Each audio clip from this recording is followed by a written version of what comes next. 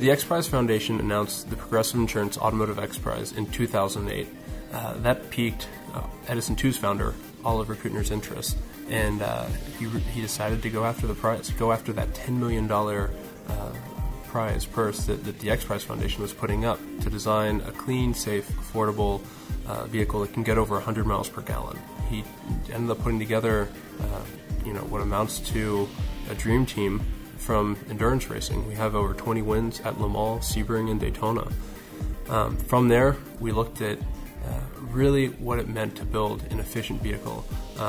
Not just moving from one power source or one energy source to another, but at the heart of it, how do you build a vehicle that takes less energy to move? And what ended up coming out of that was the very light car. Everything was designed in solid edge.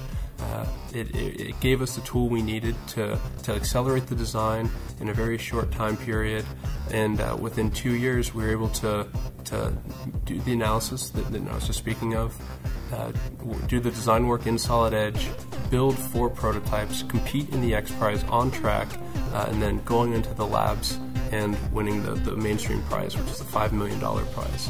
The 3 areas that we focused on were the brake rotor assembly. We also focused on the pedal assembly and the frame geometry. As we're moving forward with the next generation car, it's going to have a larger wheel size, and it's also going to be a little bit heavier. So with those two going hand in hand, it gives us the opportunity to increase the size of the rotors to help with the braking capability of the vehicle. And in doing so, synchronous technology is a great way to make a modification like that. Using the old history-based method, it could take days, depending on how difficult the assembly was being, if it were going to blow up.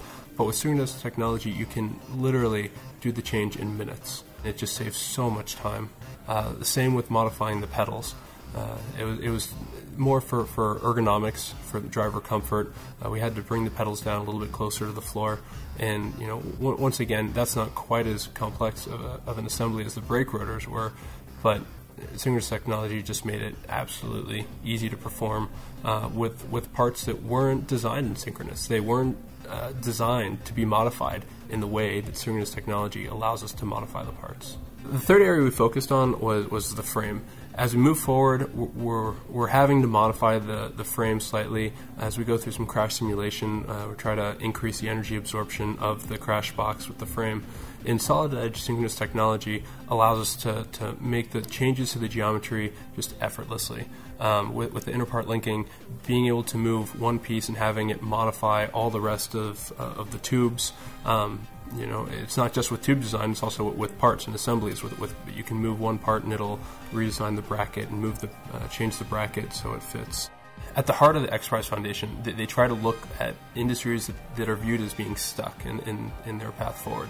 And they felt that the automotive industry sort of fit into that category. There hadn't been any drastic leaps in fuel efficiency for a while, and they were hoping that this prize could help spark a future generation of engineers to design cars that can get over 100 miles per gallon. You will see bits and parts of our technology on the road in the years to come. You're going to see cars that look like ours. You're going to see cars that are a lot lighter, have a new architecture like our vehicle, and hopefully we can be in that new generation of automotive players. We can get our car out there to compete with all the rest of the manufacturers. We are moving forward. We're developing our car. The next generation very light car is going to be designed just like the previous one, all in solid edge. The only difference is that after learning about synchronous technology and getting to play with it a little bit, we plan on using synchronous technology a lot in developing the next generation car, and I think it's really going to cut down on the time to production with our pre-production prototype.